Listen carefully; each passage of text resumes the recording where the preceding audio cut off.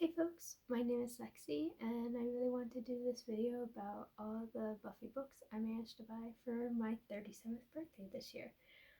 So I'm going to be starting with the ones that are set in the early seasons. And now these are all books that I managed to pick up either on sale through the used bookstore that I go to frequently, the Book Trade of Hamilton, or through eBay, ABE Books, or even some of these came from Amazon itself. So I got The Harvest, which is a direct novelization of the episode of the same name, so the pilot episode of Buffy. I got Unnatural Selection, Visitors, which I remember being a little bit creepier, so it'll be interesting to reread that. Powers of Persuasion, very nice cover right there. Halloween Reign, which is not a natural novelization of any of the Halloween episodes that we saw on the TV show. Coyote Moon, even though that picture literally has nothing to do at all with the story itself.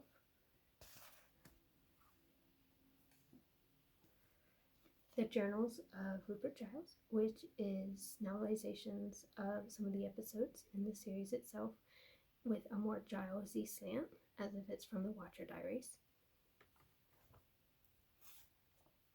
Deepwater, though I think I'll be getting a better copy of this because this is just not great. Oh, and then I got both of the Willow diaries, which are novelizations that feature Willow predominantly in some way, like she saves the day or her magic is a big one. These have the episodes with Doppelgangland, for instance, with Vampire Willow.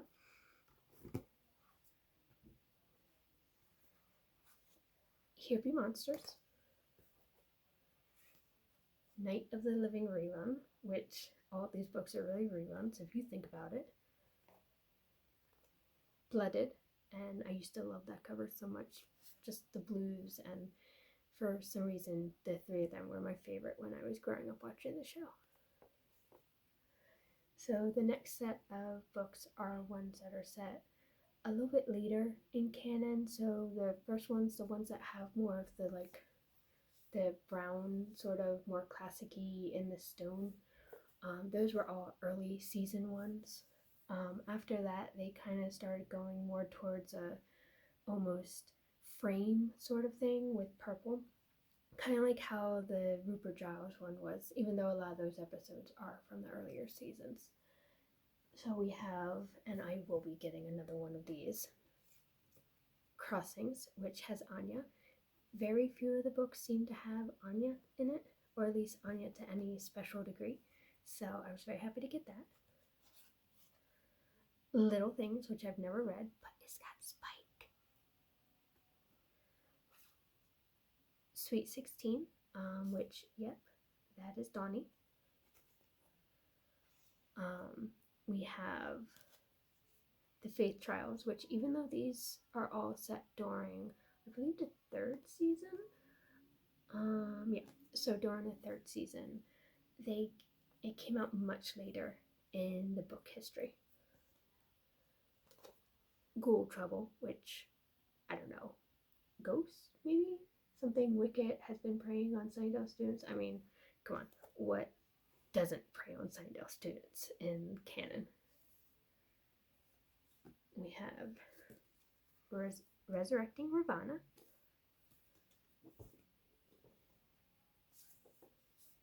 Obsidian Fate, which that cover is just wild to me. Blood and Fog, which, hello Spike. Tempted Champions, which there's Anya again. Prime Evil with, I'm not even sure, that's like somebody's neck tattoo, I think, back there.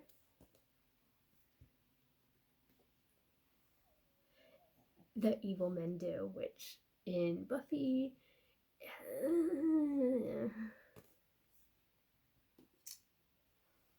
Revenant, which I love that. I love the colors on that one. And then these are actors, which again, hello Spike. But this is also very Willow-centric, which makes me happy. Then we have, which I find kind of funny, a slightly different take on Dark Willow. So like it kind of sort of follows the episodes, but not really. There's 3 of them, and a whole different coven is involved, and I need to get the other 2 because I don't quite remember the books very much, but it even says it's a new alternate history trilogy. So yeah, I'm looking forward to that myself. And then there was a whole bunch of like Buffy Angel crossover books, which I never actually read any of those back in the day, but I need to have them. So we have the Unseen trilogy, which involves Long Way Home, Doors to Eternity, which that's a great word, and then The Burning. And since these seem to feature a lot of Riley, I'm kind of not looking forward to it, but you know, whatever. I'll still read it. This one also seems to have Riley in it, Seven Crows, which I will again read. And then this one is Angel and Spike centric, which I'm very excited about because I've never read it and I love anything Spike. And then we have a couple of other Spike books which are preset from the series proper, and All the Pretty Maids in a Row. This one I remember reading, and the problem with it is it directly contradicts canon in that it has Spike killing a 3rd Slayer before Buffy. So, and then Hello, Spark and Burn, which I've wanted forever because it delves a little bit deeper into not only Spike when he was William, but also Spike when he was traveling with Drusilla before Prague, and also during a lot of the seasons themselves. We have my hardcover Heat, which I don't even have words for it. And then we have Immortal, which kind of sort of sets the precedent about Buffy being not quite like mortal exactly, but we'll see. I don't remember it very well. And then Mortal Fear, which I've wanted this one for a while too because it's Dawn centric and I love Dawn. Yeah, I love Dawn. Sorry everyone. And then we have 2, and I don't have the 3rd one yet, but we have the 2 bind-ups that were done. So here's the first one, which has Coyote Moon, Night of the Living Rerun, and Portal Through Time. And this one, which has Halloween Reign, Bad Bargain, and After Image. I really like these because they're very affordable, like even before I bought them used. And they have 3 whole novels in them. Vaguely grouped by season that they're supposed to be set in and around. And we have, wait for it. So this is Tales of the Slayer 1. It doesn't have its dust jacket. I will be replacing it eventually with a paperback edition to match my Tales of Slayer 2. And these are all short story anthologies about Slayers throughout the years, written by a bunch of well-known writers for the TV shows and for the novelizations themselves. Like we have Greg Cox, Scott Alley, Kristen Catherine Rush, I think I said her name correctly, Jane Espenson. So they're a little hit or miss, but they're quite good, I think. We have the Quotable Slayer, which I find kind of hilarious because some of these are not what I would consider great quotes from Buffy, but there you have it. We have Slayer slang, which is just so cool. It doesn't just use the words that they use during the show. It also kind of gives context to some of the terms that were used that were more part of the 90s and early 2000s that some people maybe wouldn't get, especially nowadays. Like, where is it? Bitka, which means bitch. And it was used during Buffy in place of saying bitch. Because when this was on, it was on in prime time, but it was before prime time for teenagers meant you could curse and use such words. And then this is Dark Congress. I'm not sure, this is one of the newer ones. I'm less familiar with the newer ones. I definitely didn't read this back in the day. But I guess we'll see. And then, of course, what would Buffy be without Angel? Yeah. So I felt I need to get also the Angel novels. And I got a good deal of them. I got the novelization of the first episode, which is actually pretty good. The first season is actually pretty decent because they try a little bit harder to lean into the kind of noir aspect of it, and a little bit less into the overarching tie-ins to Buffy, which I really wish they had stuck with, but that's a different complaint. We have Haunted, Hello Wesley, Close to the Ground, and actually a lot of these I got from a used bookstore, so they're in much better condition than the other ones I'd gotten from online. Soul Trade, fun fact, Doyle, that's Doyle right there in case you don't know who that is in a lot of the tie-in fiction. A lot of the books and comics feature Doyle pretty heavily because unfortunately he died on screen, and then his actor died a couple years later under unfortunate circumstances, so they were never able to really bring him back. We have Avatar. No, not that Avatar. Love and Death with my Lorne on the cover. I love Lorne. Sorry, the host. Stranger to the Sun with my Wesley on it.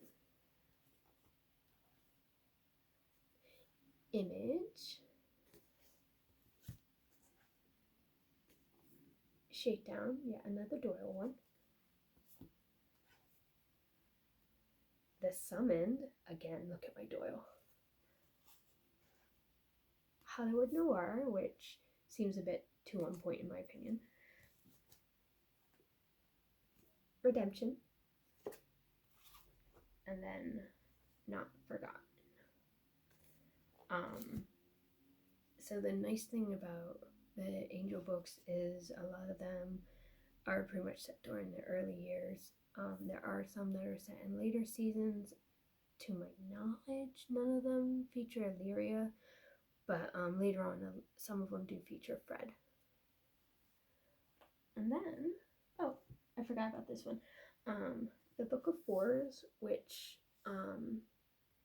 is kind of like, it has a lot to do with the Slayers that predate Buffy, so there's a lot in there about Kendra.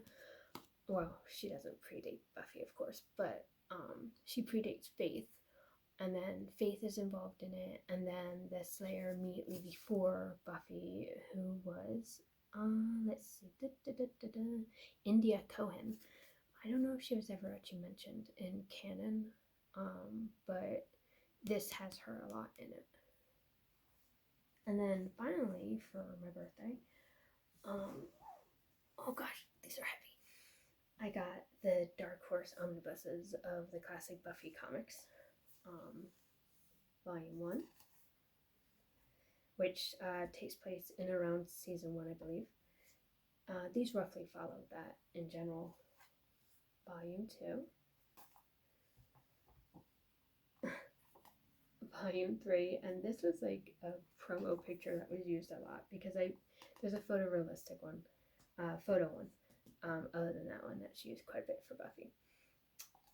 Volume 4, Volume 5, Volume 6, and then Volume 7, which is set mostly during and after season 6. And one second, let me see if I can find it. There's a scene that I really quite like, and I remembered from the actual comic itself. It's just Buffy and Spike waking up together after some torrid loving. So, and then I also bought myself Fallen Angel Reborn because Illyria. So Peter David wrote Fallen Angel, and then he got the okay to also use Illyria for reasons that are kind of spoilery. But I love Illyria, so I was very happy for this. And I started finishing off my Angel After the Fall collection hardcover, Volume 3. Yes, specifically hardcover. I know, why do I do this to myself? Volume 4. Volume 5. And then this is, not strictly speaking after the fall, this is I guess season 7-ish, Immortality for Dummies. This is the start of the storyline after the fall. And then I got myself the library edition of Buffy the Vampire Tales. So this has every single Buffy the Vampire Slayer comic for Tales of the Slayer, as well as all of the comics for Tales of the Vampires. So there's quite a bit in here. And while this isn't in perfect condition, it's in a lot better condition than I thought it would be. And it cost me near retail price. So I was very happy for that, since this goes for, I think the cheapest otherwise I've seen it go for in as good a condition as $70. So I was very happy to get this for, I think, $35 with shipping. So and that's everything I got for my birthday. I went Buffy mad. Normally I go Fear Street mad, and I've been trying to finish off that collection too. But this year, because I've gotten back into Buffy fandom, especially the Spike Buffy fandom on Elysian Fields, I wanted to get the books again, since I do have some already. But like, I consider this research for fanfic, so yeah, my birthday was very nice. I spent maybe a total of including the Tales comic, which I think was the most expensive thing I bought, a total of like $100, $110 with everything that I just showed in this video. So that's not too bad, actually. So thank you for joining me for my birthday unhauling of my Buffy books, and I hope everyone has a good day or night whenever you're viewing this.